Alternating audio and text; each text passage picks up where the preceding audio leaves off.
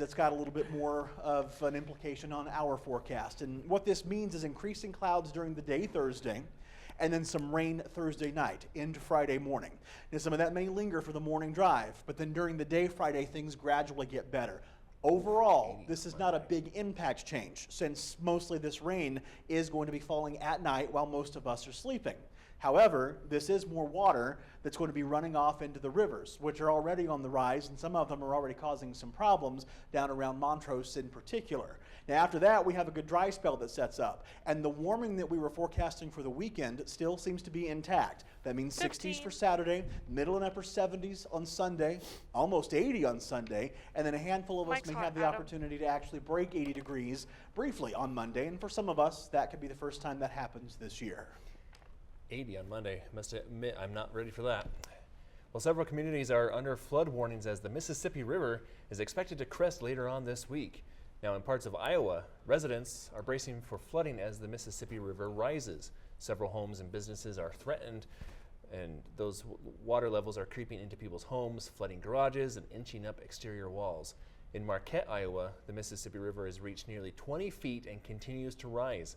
The city says it plans to keep several roads and parks closed until the river has receded and everything can be safely cleared and reopened. Authorities are searching for 4 men who escaped from a detention center in Jackson, Mississippi.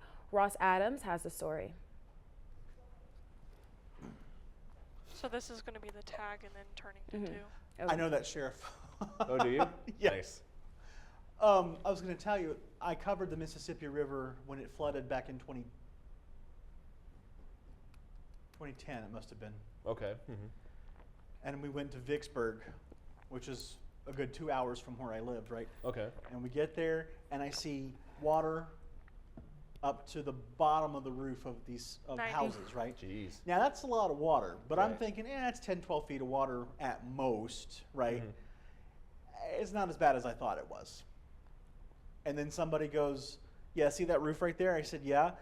That house is on 20-foot stilts. Oh, wow. That's crazy. That is crazy. The river wasn't 10 to 12 feet. It was like 25, 30. That's crazy. Yeah. 1 minute left. I have no idea where I'm at in the script. There was this guy. We interviewed this guy at I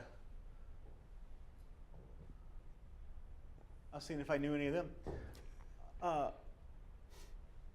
We interviewed this guy at a Red Cross shelter, and he was an elderly guy who lived in the middle of the smallest county in the state, which borders the river, right?